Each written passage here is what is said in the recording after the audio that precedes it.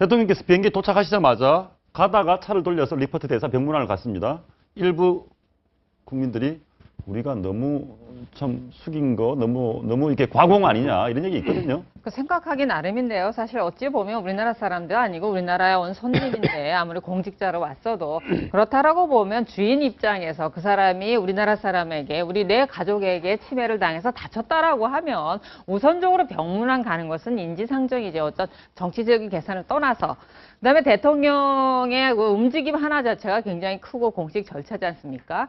그럼 저 같으면 그렇습니다. 해외 수방 마치고 돌아가는 길에 특별히 시간 빼지 않고 그 시간 약간 할애해서 가는 것 자체가 어떻게 보면 그걸 예우라기보다는 편의적인 면에서 좀 좋았다 이렇게 생각을 하기 때문에 이렇게 이런 거 행동 하나하나 가지고 정치적으로 해석하는 것 자체가 좀 피로감이 좀 쌓인 것 같아요. 사실 그런 얘기 나온 배경에는 무슨 개고기를 들고 가시고 뭐 정성은 좋은데 그 병원 앞에서 이렇게 절을 하고 너무 이렇게 갑작스럽게 이러니까 저는 어제부터 마침 방송 출연하면서 어제부터 이제 박근혜 대통령의 병문안 이야기가 계속 나오더라고요. 그래서 저는 그거는 적절치 않다고 저는 말씀을 드렸던 것이 이미 국무총리 병문안 다녀오지 않았습니까? 예. 그다음에 문재인 대표, 김무성 대표, 여야 대표 다녀오시지 않았습니까? 예. 그렇다면 대통령은 그래도 물론 보면은 뭐 마음 같아서요. 지금 보면 이렇게 한미 동맹이 뭐 위태로워지고 어쩌고저쩌고 하다 보면은 하고 싶겠습니다만 대통령은 7박 9일 동안 해외 일정을 맞추고 오시면 제일 먼저 해야 될 것이 국민들에게 잘 다녀왔고 어떠한 소기의 성과가 있다 보고하는 것이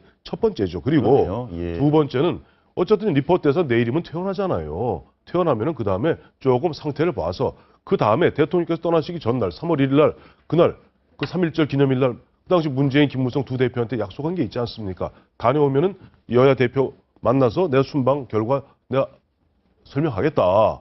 그거 하고 그 다음에 이미 리포트 대사는 그 이후에 만나서 천천히 설명이 늦지 않은데 저는 그런 정무적 판단보다는 아마 외교적 판단이 앞섰던 것 같아요. 예. 아마 외교 라인 쪽에서는 아니다. 지금 보면 이번에 보면 오바마 대통령도 굉장히 신경을 쓰고 있고 또 미국에서도 혐한증. 미국 일반 시민들 입장에서 혐한 감정이 있을 수도 있는 거 아니에요? 우리가 말이야 5만 명이나 죽고 가서 그 애써서 싸워서 지켜주었더니 가서 멀쩡하게 칼질이나 해야 돼? 라고 생각할 수도 있으니까 그런 부분에 있어서 대통령이 파격적으로 그야말로 격식을 파괴하고 파격적으로 저는 굉장히 못마땅했던 게 오늘 아까 방송 보니까 대통령께서 주차장 통해서 들어가시더라고요. 예. 그건 저는 아니라고 봐요. 주차장 통해서 그 지하 주차장으로 통해서 흔한 여기 연문을 통해서 이렇게 그 비상 엘리베이터 타고 올라가시는 거 같아요. 경호 때문에 그런 거 아닙니까?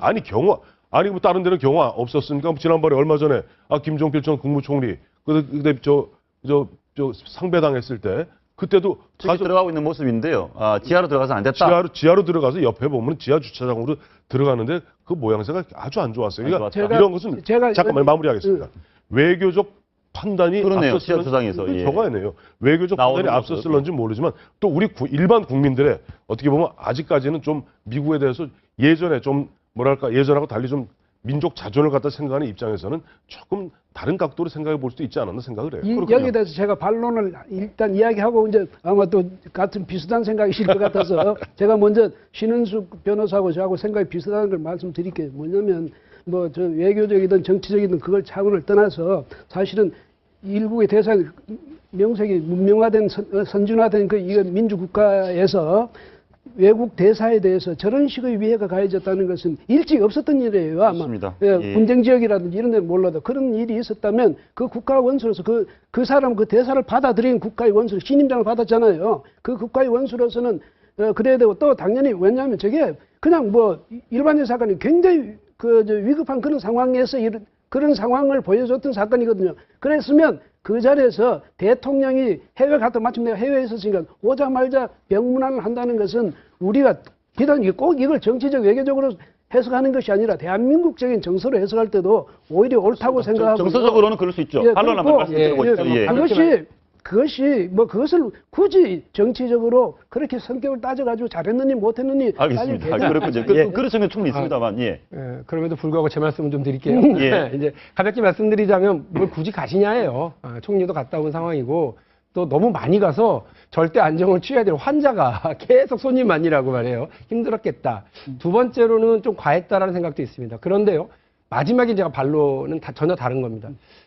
대통령이 기왕 가실 거랬다면 이런 정도 계산을 하고 가셨다면 저는 잘 가셨다고 생각합니다. 뭐냐면 사드 배치 문제 가지고 우리는 어쨌든 미국에 호락호락 따라주면 안 되는 상황입니다. 지금 중국의 눈치도 봐야 되고 이러는 상황에서 어쨌든 미국이 원하는 대로 안 가지고 있어요.